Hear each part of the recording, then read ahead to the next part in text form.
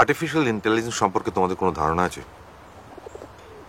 হ্যাঁ, মানে আমি একজন ইলেকট্রনিক্স ইঞ্জিনিয়ার আর ও বায়োসায়েন্টিস্ট, মানে একটু হলেও আছে।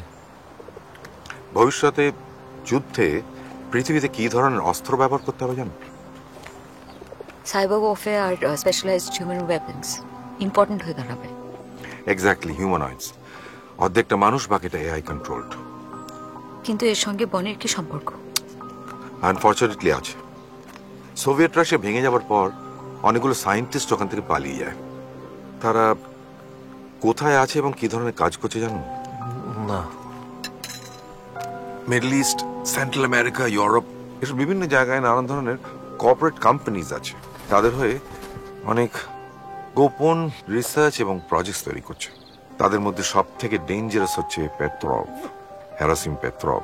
সেন্ট পিটার্সবার্গে ওর সঙ্গে আমি অনেকদিন কাজ করেছিলাম। গত 10 বছর ধরে একটা প্রজেক্ট করছে যাতে করে মানব সন্তানদের বায়োজেনেটিক্যালি এআই হিউম্যানয়েডস বানানো যায়। I'm sorry to say Bonnie happens to be a part of that plan. কি বলছেন কি আপনি এসব?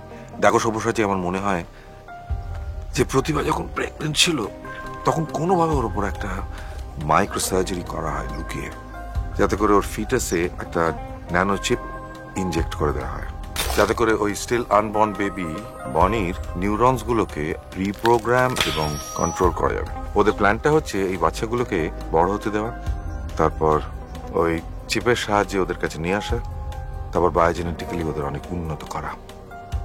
মানে সুপার হিউম্যানস বানানো? মনস্টার্স বলতে পারো, দানব বলতে পারো। সাধারণ মানুষের থেকে অনেক বেশি ভয়ঙ্কর, অনেক বেশি শক্তিশালী।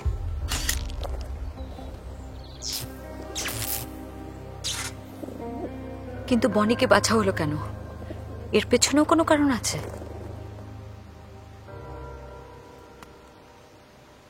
Social network, online shopping, video streaming, এসব করার জন্য কি আলাদা আলাদা পাসওয়ার্ড ব্যবহার করো নাকি একটা কমন পাসওয়ার্ড আছে? হ্যাঁ, মানে ওই বেশিরভাগ জিনিসই কমন কিচেন পাসওয়ার্ড দিয়ে কানেক্টেড, মানে অতটা তো কেউ খেয়াল রাখে না। রাখে, যারা রাখার তারা রাখে। খেয়াল নয়, নজর। তোমাদের জীবনের উপর কেউ না কেউ নজর রেখে চলেছে সারাক্ষণ। সারা পৃথিবী থেকে সেই সব দম্পতিকেই সিলেক্ট করা হয় যারা নিজেদের প্রফেশনে অনেক বেশি সাকসেসফুল, সাধারণ মানুষ থেকে অনেক বেশি ইন্টেলিজেন্ট, অনেক বেশি ব্রাইট, অনেক বেশি হেলদি, ক্লাস টপার ছিলে। সরি, জিন ম্যাপিং করা হয়েছিল কখনো? জিন ম্যাপিং? হ্যাঁ, ইউনিভার্সিটিতে থাকতে করিয়েছিলাম। জানতাম।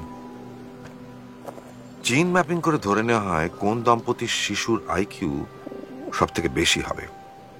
এই লিস্টে 250 জন দম্পতি থাকে, 5টা মহাদেশ থেকে 50 জন করে। এই লিস্টে তোমরাও আছো। এত দূর হেঁটে এসে আজ এই মোহনায় কিছুতেই কোনো কিছু আর